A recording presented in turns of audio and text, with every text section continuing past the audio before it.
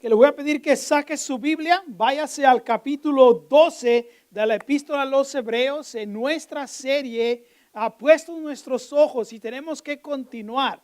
Continuemos poniendo nuestros ojos en Cristo Jesús. El punto básico es ese, que pongamos nuestros ojos en Jesús, que es el autor y consumador de nuestra fe. Le voy a pedir ahí que vaya al capítulo 12 de Epístola a los Hebreos. Vamos a estar leyendo del verso 14 hasta el verso 29, terminando este capítulo, y estamos ya en la recta final para terminar. Pero la Escritura dice así: procuren la paz con todos y la santidad, sin la cual nadie verá al Señor. Miren bien que ninguno deje de alcanzar la gracia de Dios, que ninguna raíz de amargura brote y cause estorbo, y que por ella muchos sean contaminados. Que ninguno sea inmoral ni profano como Esaú, que por una sola comida vendió su propia progenitura.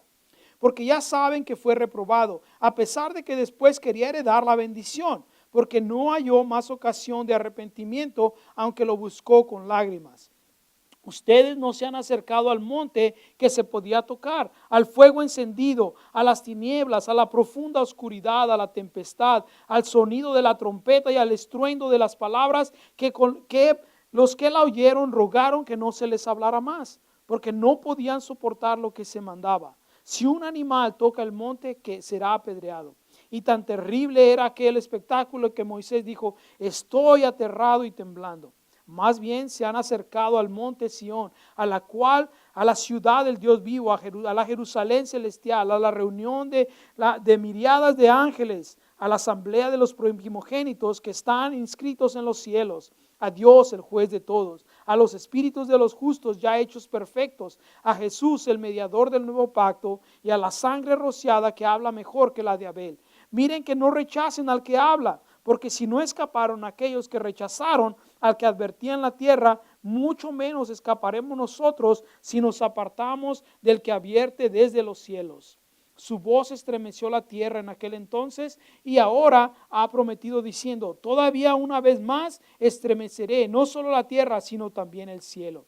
La expresión todavía una vez más indica con claridad que será removido lo que podía ser sacudido, como las cosas creadas, para que permanezca lo que no puede ser sacudido. Así que, habiendo recibido un reino que no puede ser sacudido, retengamos la gracia y mediante ella sirvamos a Dios agradándole con temor y reverencia, porque nuestro Dios es un fuego consumidor. Padre, te pedimos que ahora tú nos guíes, que tú nos hables a través de tu palabra y que podamos, Señor, crecer en la gracia y tomar, Señor, esto en lo cual tú nos has dado, Señor, el reino que tú nos has dado, que te sirvamos a ti con todo nuestro corazón, en el nombre de Cristo Jesús. Amén. Puede tomar asiento. Yo no sé usted, pero, y quizá nada más es en las mamás, pero no sé si se da cuenta que las advertencias en las madres, y más en las madres hispanas, suenan como amenazas. ¿Está de acuerdo conmigo? A veces cuando la mamá dice: solamente te advierto, es como ya casi está con la chancla en la mano, ¿verdad que sí? ¿No? ¿Ninguno ha experimentado eso? ¿No? ¿Sí? Entonces, ¿qué es lo que pasa? Todo el tiempo, ¿verdad que sí? Pensamos en eso, y a veces creo que muchos de nosotros crecemos con una mentalidad de que no nos gustan las advertencias. No nos gusta que nadie nos advierta del peligro, quizá porque lo vemos como una amenaza, como algo que nos quieren opacar, controlar. No sé cuál es nuestra mentalidad, pero a veces no nos gustan, ¿verdad que sí, las advertencias? No sé si usted se da cuenta, pero a veces cuando hay un letrero, no tocar, ¿qué es lo primero que usted hace? Pintura fresca, ¿qué es lo que hace? Toca para ver si está fresca. ¿Verdad que sí? Tenemos todas esas advertencias. No pase, y vemos para ver si podemos pasar, ¿verdad que sí? Vemos qué podemos hacer. Y yo creo que miramos las advertencias muchas veces como un reto. Y en este pasaje que leímos es una de las advertencias que el escritor de esta epístola nos está dando. porque nos está advirtiendo de lo que puede pasar si no continuamos puestos nuestros ojos en Jesús. Hablamos la semana pasada que el Señor nos ha puesto delante de tantos testigos, ¿verdad que sí? Y no es que están viéndonos desde el cielo, sino que nos los ha puesto como ejemplo de aquellos que siguieron la fe, que se mantuvieron firmes a pesar de lo difícil que fue podemos decir, caminar en Cristo Jesús, ¿verdad que sí? Caminar en el Señor en obediencia, porque no es fácil ser obediente, ¿verdad que no? Hace poco estábamos hablando con alguien de que a veces admiramos a aquellos que pasaron tiempos difíciles, que en su caminar, ¿verdad que sí? Hicieron todo tipo de desastres y le damos más importancia a eso, pero cuando vemos personas que hicieron lo correcto, que obedecieron a Dios, decimos, tienen un testimonio muy aburrido. Pero la verdad es que es más difícil hacer eso. Es más difícil mantenerse en obediencia, ¿verdad que sí? Porque tiene uno que morir a su propia carne, tiene uno que morir a sus deseos. Y el Señor, por medio del Espíritu Santo, guía a este escritor a que nos demos cuenta, hey, están estas personas, están estos que obedecieron a Dios. Y después termina la primera porción de este capítulo, hasta el verso 12 y 13, dice que tenemos que fortalecer a aquellos que están débiles y aún nosotros mismos, y que enderecemos los pies y las veredas para que caminemos en ellos. Pero después viene la advertencia, en la cual dice, algunos de nosotros no vamos a poder estar en esto. Algunos de nosotros todavía vamos a estar quizá como estaban los judíos a los cuales este escritor les estaba escribiendo. Algunos de ellos habían salido del judaísmo, de la opresión de la ley, y todavía al escuchar las enseñanzas, al escuchar cómo Jesús era superior y cómo llamaba a la obediencia, ellos todavía estaban dudando, y algunos de ellos estaban volviendo de nuevo a sus costumbres antiguas. Algunos de ellos todavía estaban como a la mitad, estaban así como que, ¿lo hago o no lo hago? O quizá algunos de nosotros estamos así, no sé si se da cuenta, queremos seguir al Señor, pero a veces por la forma en que crecimos, por nuestras costumbres, por nuestras tradiciones, o quizá siguiendo nuestros propios deseos, estamos como, tenemos esa lucha, ¿verdad que sí? Y aquí dice algo, bueno, tenemos que hacer algo. Yo creo que nos da tres cosas en la cual el Señor quiere que nos demos cuenta de que si queremos continuar con nuestros ojos puestos en Jesús, tenemos que hacer estas cosas. Primero que nada, tenemos que tener una relación, o mejor dicho, una buena relación con otros creyentes, con otras personas. La segunda cosa que podemos hacer es que tenemos que asegurarnos que nuestra relación con Dios esté bien fundada. Que no sea basada en lo antiguo, que no sea basada en el pasado, que no, sino que tengamos esa experiencia de gracia en nuestra vida. Y después nos vamos a dar cuenta que de acuerdo a nuestra respuesta vamos a poder experimentar estas tres cosas. Pero ¿cómo es que podemos llegar a ello? Si usted se da cuenta que las advertencias que nos da este hombre que escribe esta epístola es porque quiere que nos demos cuenta que si no mantenemos nuestros ojos puestos en Jesús, que si no nos mantenemos firmes, que si no continuamos en ese camino que Él ha puesto para nosotros, siempre vamos a estar en esa lucha en la cual decimos, puedo hacerlo, no puedo hacerlo, y no vamos a experimentar la gracia ni el poder de Dios en nuestra vida. Y nuestro caminar en Cristo Jesús siempre va a ser sacudido. Siempre va a ser en lo cual nos distrae una cosa, nos distrae otra. No sé si usted ha experimentado esto, pero le aseguro que casi la mayoría lo experimenta. ¿Alguna vez ha dicho, voy a buscar algo en Google? ¿Verdad que sí? Porque ahora es para todo, ¿verdad que sí? ¿No sabe usted algo y qué es lo que hace? Google, mi hija, ¿verdad que sí? Y ahí está. ¿Y qué es lo que pasa? Empieza a buscar cualquier tema, cualquier cosa, y de repente ve algo, ¿verdad que sí? Y lo distrae. Y empieza, y esto y esto. Y cuando menos se da cuenta, ya pasaron 2 horas. ya se siente que ya no se puede mover y sus hijos ya están muriéndose de hambre, ¿verdad? Y usted todavía está, no, espérate, ¿verdad que sí? Esas cosas nos distraen. Bueno, así en el cristianismo, ¿sabe? En nuestra relación con Cristo Jesús, hay cosas que nos distraen, que nos llevan, ¿verdad que sí? A distraernos de lo que Dios quiere. Y en esta advertencia que tiene nuestro escritor y a través del Espíritu, a través del escritor, el Espíritu Santo quiere hablarnos y decir, bueno, mira, el enderezar las veredas de las cosas, el fortalecer a otros, el enderezar los caminos torcidos, va a traer roces con aquellas personas a los cuales tú vas a tener que hablar. Y como familia en Cristo Jesús, vamos a pasar por esos tiempos, ¿verdad que sí? Porque la Escritura dice que tenemos que exhortarnos los unos a los otros al amor y a las buenas obras, ¿verdad que sí? En Gálatas Pablo escribe y dice, no nos cansemos pues de hacer el bien.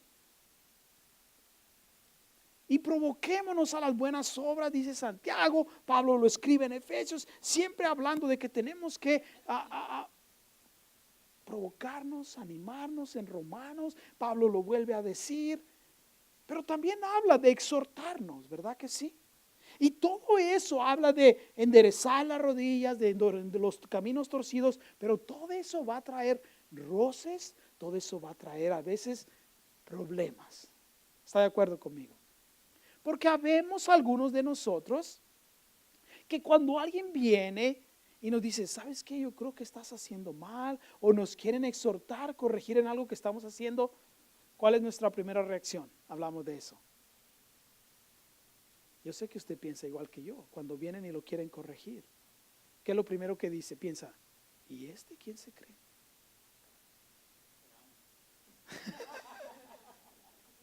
¿Se da cuenta? A veces pensamos así, pero vienen esas cosas y lo primero que dices, hey, tenemos que buscar cómo tener una relación el uno con el otro. Y ¿sabe qué? Lo interesante es que cuando usted y yo tenemos una relación de amor basada en Cristo Jesús, el uno con el otro, cuando alguien viene y nos corrige, nos exhorta, quiere enderezar esos caminos torcidos, actitudes que tenemos, déjeme decirle, da fruto. El problema es cuando usted y yo no ponemos en esa fundación de amor. El problema es cuando queremos tomar una autoridad que no se nos ha dado. Por eso el escritor viene y dice, pero primero que nada, dice, para que tengan una buena relación con todos los demás, ¿qué tenemos que hacer? Procurar la paz, dice, con todos. Y algunos de nosotros pensamos que procurar la paz o estar en paz con todos es no tener problema con nadie. ¿Usted cree eso? Es imposible. Es imposible. Le voy a decir por qué es imposible. Porque usted es pecador. Usted es pecadora. ¿Le puedo decir de nuevo? ¿Se da cuenta? No nos gustan eso, pero es así como estamos. Comienza diciendo, hey, tenemos primero que nada, ¿verdad que sí? Tener una buena relación con todos.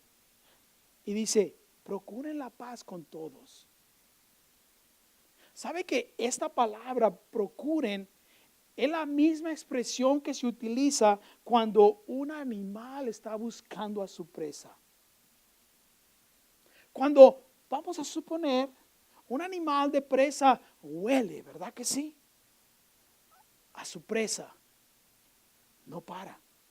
Lo busca, lo persigue, está ahí. Hace unos años empezó a haber muchos tiburones cerca de las playas de San Clemente. Y todos se preguntaban, ¿por qué? ¿Por qué hubo eso? Bueno, ¿qué es lo que pasó? 2 años antes, una ballena se había muerto en la playa, había varado en la playa y se había muerto ahí. Oh, los del concilio de la ciudad, siguiendo el consejo de unas personas para no tener problema, y dijeron, vamos a enterrar al cadáver de la ballena aquí en la playa. Hicieron un gran hueco, tiraron la ballena ahí, cerraron y todo estaba tranquilo. Al año siguiente que se descompuso el animal y empezó a salir el aceite y todo lo demás, ese olor atrajo a los tiburones. Es así, ¿sabe? Pero muchos de nosotros lo que hacemos es que, ya le pedí perdón, si no quieren, no. O ya traté de hablarle y no. Yo recuerdo, sabe que a los primeros meses cuando mi esposa y yo nos casamos, tuvimos una discusión muy fuerte. Nosotros nunca peleamos, siempre discutimos fuerte, ¿ok? Y después que discutimos, yo estaba equivocado, menos que ella, ¿verdad? Bueno, yo estaba equivocado, ¿verdad que sí? Y recuerdo que vine y le pedí perdón y ella me perdonó. Pero después la vi como que estaba un poco rara y yo sé que le hice daño. Y dentro de mí decía, ¿pero qué le pasa? Ya le pedí perdón. Tiene que olvidarse de todo. No tiene que tratarme como si no hubiera pasado nada. Y dejé eso a un lado, ¿sabe? Porque yo pensé que ella estaba mal.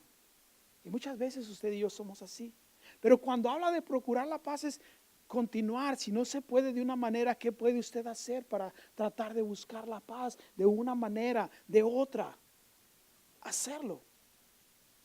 Pero no hacemos eso, usted y yo, muchas veces. Oh, no, ya fui, ya.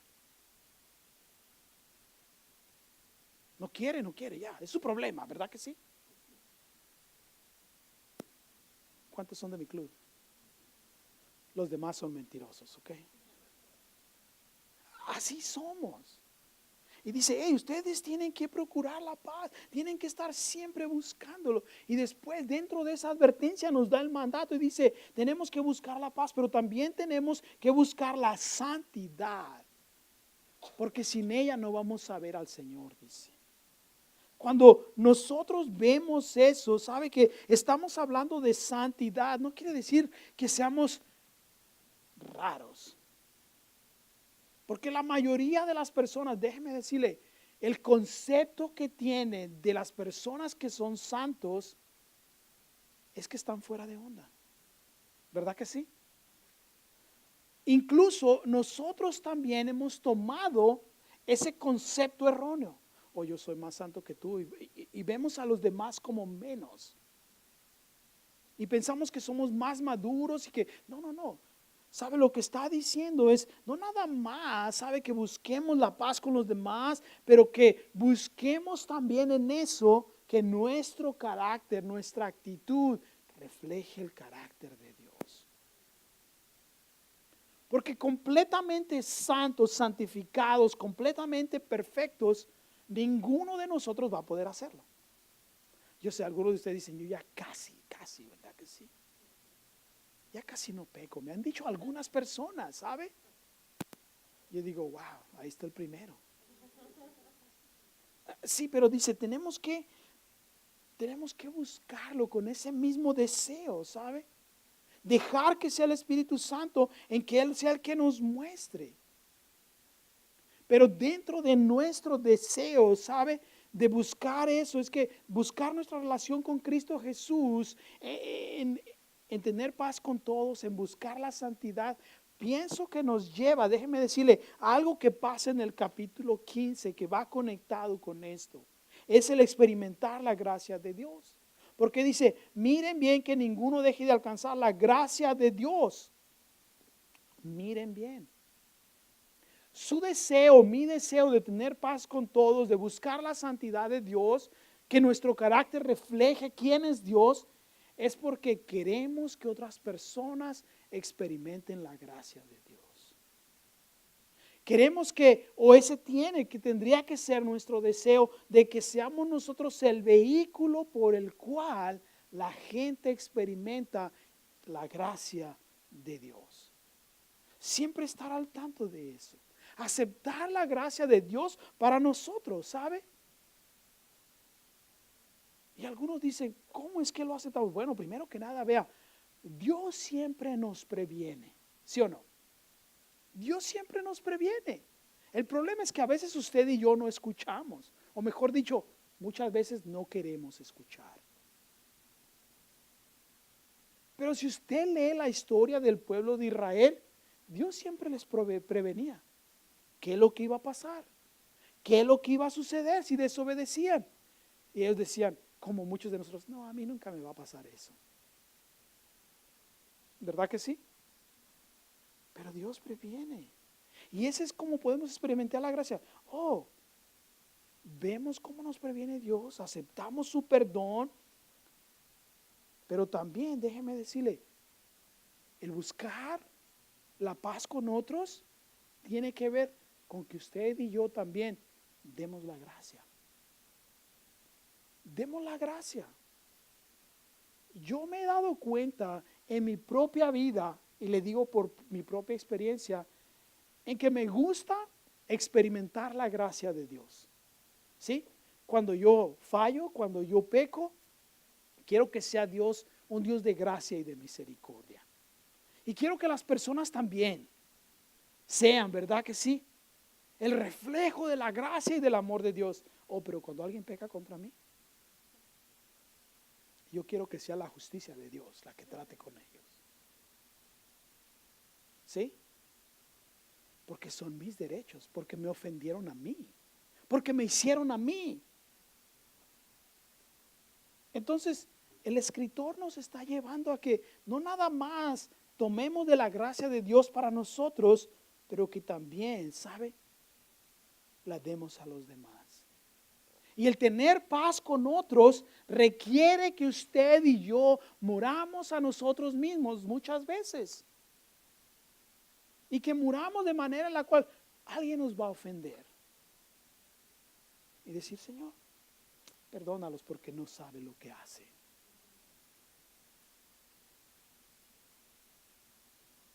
El tener la paz con otros, el buscar la santidad, requiere que usted y yo hagamos eso, ¿sabe? Incluso nuestro Señor Jesucristo lo explicó en el capítulo 6 de Mateo, capítulo 6, verso 12. Dice, perdónanos nuestras ofensas como también perdonamos a aquellos que nos ofenden. Y en los versos 6, en los versos 14 al 15 del capítulo 6 de Mateo, dice, ¿verdad que sí? Que si no perdonamos nosotros, ¿cómo pues nuestros pecados van a ser perdonados?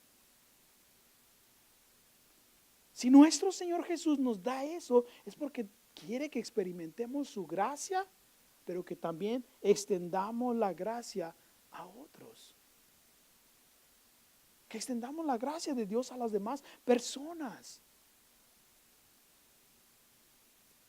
Tiene que ver también, ¿saben? La segunda parte del verso 15, con guardar nuestro corazón.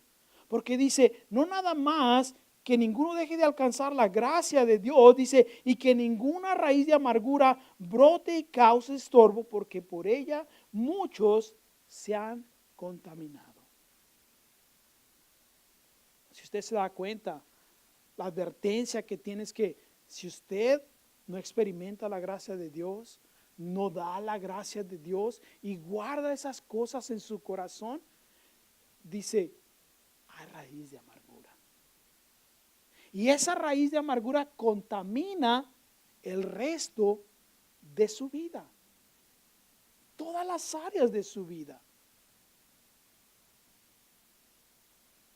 Y yo me doy cuenta que muchas veces cuando tenemos estas cosas, siempre estamos viendo la parte negativa de las cosas o de las personas. ¿Se ha dado cuenta de eso? Alguien viene y nos puede dar la mayor bendición o nos puede dar algo y decir, oh, mira cómo Dios me ha bendecido. Y siempre buscamos algo, lo malo, lo negativo. ¿Sabe por qué? Porque hay en nuestro corazón esas pequeñas semillas que están brotando, esas pequeñas raíces que están ahí. Y dice el escritor, hey, tengan cuidado, dice, que ninguna raíz de amargura brote. Porque muchos de nosotros, dice, están ahí. nos quedamos en esa misma cosa, ¿sabe? Viendo lo negativo y dice, hey, tengan cuidado. ¿Se da cuenta cómo nos lleva advirtiéndonos, verdad que sí? Que tengamos cuidado de no dejar que esas cosas tomen control de nuestra vida. Estaba escuchando la historia de un hombre que dijo, "Oh, yo creo", dice, "que a los hijos no se les debe de corregir de ninguna manera. Tiene que dejar uno que ellos crezcan", dice, "para que cuando lleguen a la edad apropiada, ellos tomen sus propias decisiones, formen sus propias convicciones". Su anfitrión, el cual estaba en su casa, le dijo, "¿Quieres venir a ver mi jardín?" Y el hombre dijo, claro que sí, le gustaba a él los flores, le gustaban esas cosas. Y cuando llegaron atrás a su jardín, lo ve que estaba todo lleno de hierbas y espinas y todo feo. Y le dice, "Esto no es un jardín". Y le dijo el otro, "¿Cómo no?", dice, "solamente que yo dejé que el jardín se expresara a sí mismo, que tomara su propio curso". Y el hombre se quedó, oh, ¿se da cuenta? Cuando no ponemos en orden nuestra vida, cuando no dejamos que la gracia de Dios penetre en nuestro corazón, siempre estamos así, ¿sabe? Buscando lo negativo, buscando esas cosas. Eso lleva, ¿sabe?, a los aspectos de nuestra vida en la cual el Señor quiere guardarnos. En el verso 16 ve que dentro de nuestra relación con el Señor y buscar la santidad, tiene que ver con el verso 16, dice que ninguno sea inmoral ni profano como Esaú, que por una sola comida vendió su propia progenitura. Dice, hey, tengan cuidado que en la relación que tienen como familia, como iglesia, se cuiden el uno al otro, para que no caigan, dice, en inmoralidad, para que no caigan, ¿verdad que sí?, en profanidad, que sean profanos. Y nos da el ejemplo de Esaú. Si usted quiere saber cuál es lo que pasó, está en Génesis 25, ¿sabe? ¿Cómo podemos ver la historia de la vida de Esaú? Y solamente vemos que es un hombre que vivió para su propia carne, que vivió para sus propios deseos, que solamente pensaba en Esaú. Esaú solamente pensaba en Esaú. Qué interesante, ¿no cree? Incluso en el capítulo 25 de Génesis, en el verso 34, dice que Saúl aborreció su progenitura. Y no es algo que vino de la noche a la mañana o que él decidió un día hacerlo, no, es algo que vino en un proceso en el cual estas cosas pasaron en la vida de él. Por eso dice, tengan cuidado cuando vean esas cosas, que no haya inmoralidad. Cuando vemos cómo se expresan las personas, póngase a pensar conmigo. Cuando a veces escuchamos a los niños que faltan al respeto cuando están chiquitos, ¿verdad que sí? Incluso que hasta dicen groserías. Algunos de nosotros, ¿qué es lo que hacemos? Ay, qué bonito, ¿verdad que sí? Ay, qué chistoso. ¿Sí? ¿O no? Yo lo he escuchado a algunos de ustedes, no me diga que no, ¿ok? Ahora, si eso mismo lo escuchamos en alguien más grande, nos ofende. Pero ¿por qué no comenzamos desde al principio? Es lo mismo en el camino del Señor, ¿sabe? Él dice, hey, tengamos cuidado. ¿En qué estamos pasando el tiempo? ¿Qué es lo que está pasando con usted y conmigo? Cuando a veces vemos que aquellos, ¿verdad que sí?, están desviándose. Cuando habla aquí de que tengamos cuidado que ninguno sea inmoral ni profano, habla de que tenemos que estar exhortándonos los unos a los otros, ¿sabe? No quiere decir que vamos a estar revisándole a todos cada rato, ¿ok? Pero le voy a decir algo que yo he descubierto. Hoy en día las personas a veces cuidan más su teléfono que su reputación. A veces yo de vacilada, bromeando con algunas personas, le digo, a ver, dame tu teléfono, pásame, deja ver lo que estás viendo.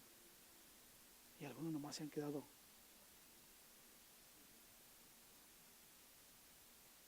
Otros sí me han dicho, ve lo que quieras, ¿verdad que sí? Pero no sé si usted se da cuenta, algunas personas dejan su teléfono a un lado y están desesperadas, ¿verdad que sí? Y no es porque se les va a perder su teléfono, es porque no quieren que vean lo que está pasando ahí. Nos preocupa, ¿dónde dejamos nuestro teléfono? ¿Verdad que sí? Siempre andamos cuidando. La reputación no importa, el teléfono es lo que importa. ¿Qué es lo que usted pone en sus redes sociales también, sabe? ¿Qué es lo que usted ve también ahí?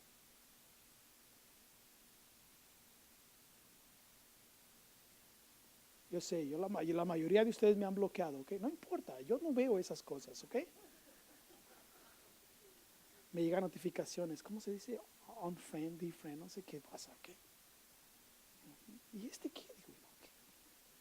Y eso que yo no pongo nada, ¿ok? Pero tiene que ver, ¿sabe? Porque a veces hay cosas que suceden ahí en esas redes sociales, en esas cosas, y si no tenemos cuidado, déjeme decirle algo, caemos en esto. Dice, tenemos que tener cuidado, dice.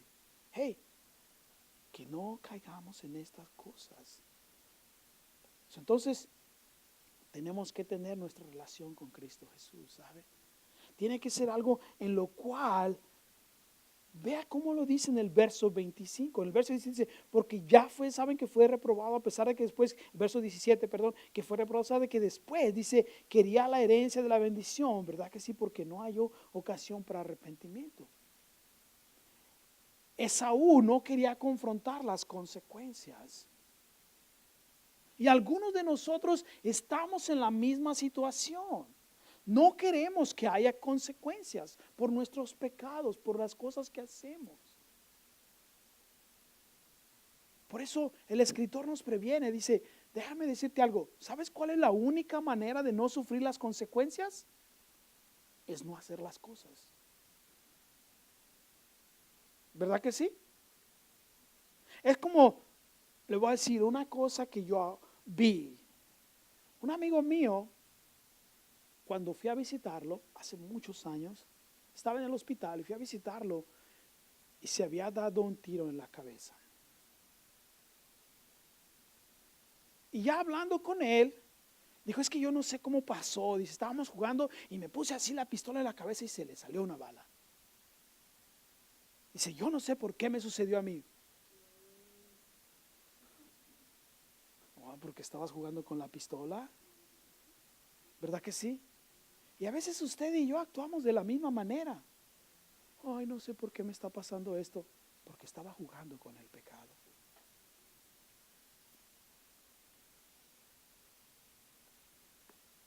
Pero tenemos que tener una relación en la cual cambiamos nuestra perspectiva y dijimos, okay, ¿cuál es la relación que tengo que tener con Cristo Jesús? Bueno, en el verso 25 no lo dice.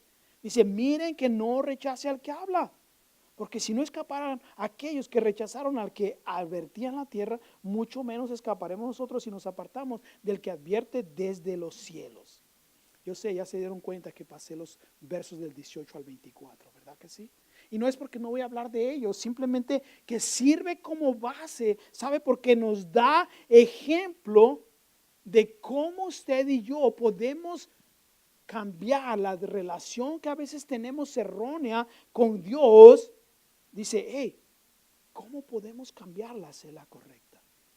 Y hace un contraste, ¿sabe? En el 18 y en el 24, ¿sabe? Del 18, versos 18 al 24, hace un contraste entre aquellos que tenían la relación correcta con Dios y los que tienen la relación incorrecta. Porque dice, ¿verdad? Que nosotros no hemos alcanzado al monte que no se podía tocar, al fuego encendido. Ellos tuvieron que enfrentar eso. Dice, nosotros no tenemos que llegar a eso. Nosotros hemos llegado a acercarnos, como dice, ¿verdad? Esta misma epístola, al trono de la gracia para alcanzar misericordia. Podemos acercarnos confiadamente. Ellos no podían hacer eso, ¿sabe? Ellos se acercaron al monte Sinaí, en el cual ellos podían experimentar la presencia de Dios de tal manera, ¿sabe? En lo cual ellos tuvieron temor porque estaba el juicio de Dios. En cambio, usted y yo nos acercamos a la gracia de Dios. Pero lo que el escritor quiere decirnos en el verso 25 es que como hemos recibido de la gracia, nos trae más responsabilidad. Algunas personas lo ven de una manera errónea. Dicen, ya recibimos la gracia, puedo hacer lo que me dé la gana. Que al cabo Dios me va a perdonar. Y es verdad, Dios lo va a perdonar. Porque Dios es un Dios de gracia y de misericordia.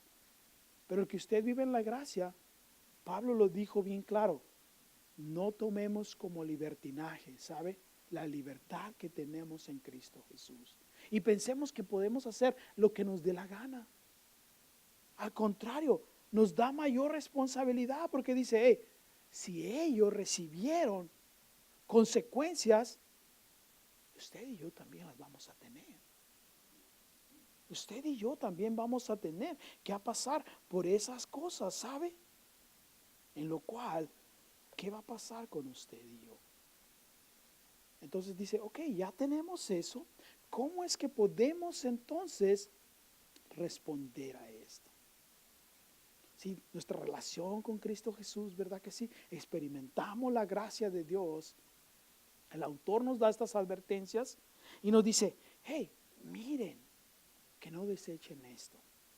Miren que ustedes tomen ventaja de la facilidad con que tienen y pueden acercarse al trono. Y vea que el mismo escritor nos da algo que podemos usted y yo ver que Dios quiere que respondamos de la manera correcta.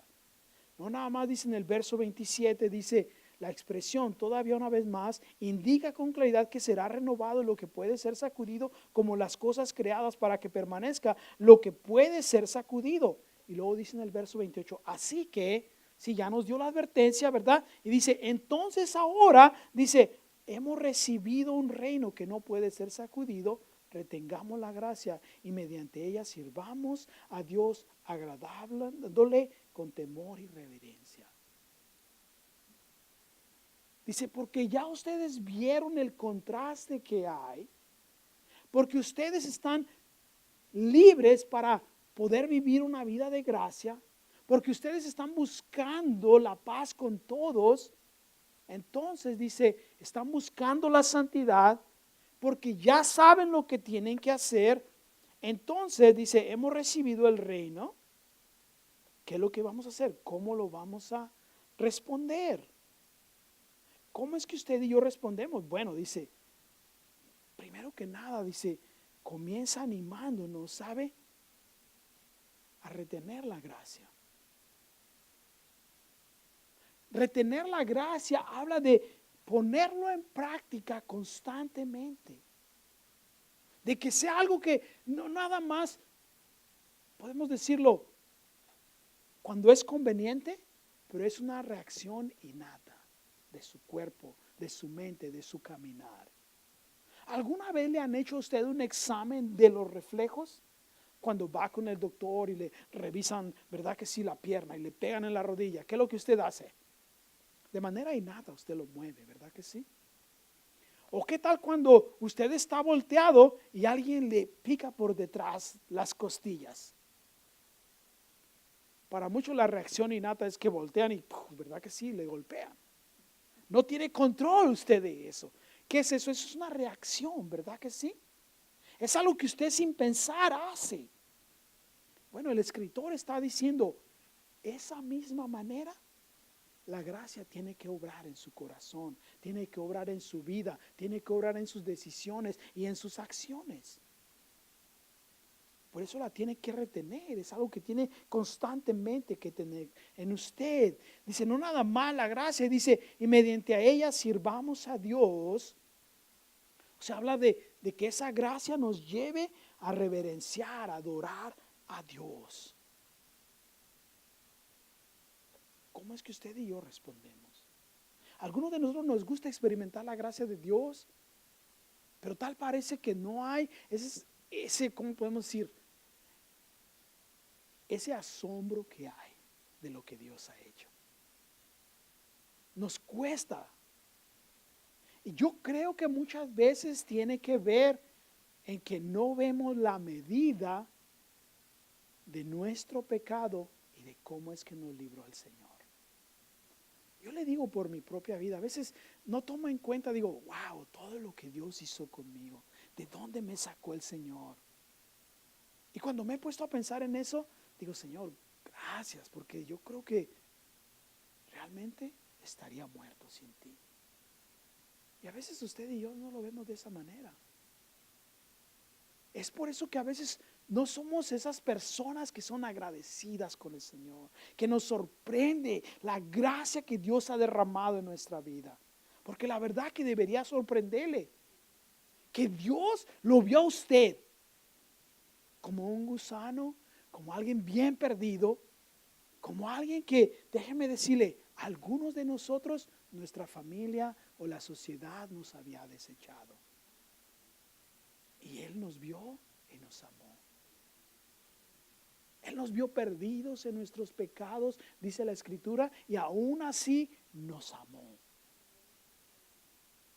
Debería de sorprendernos de decir, wow, Señor, ¿cómo puedes amarme a mí?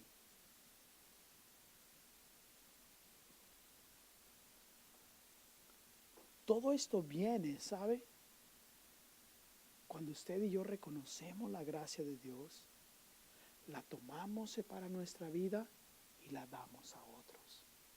Y dejamos que se manifieste en nuestra vida y a través de nuestra vida.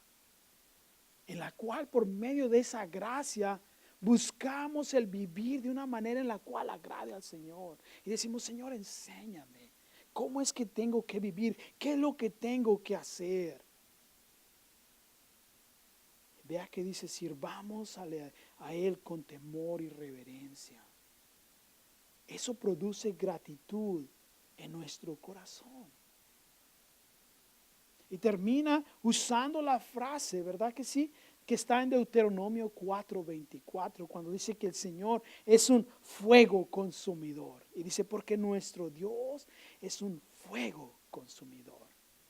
Yo me puse a pensar, ¿sabe? Digo, qué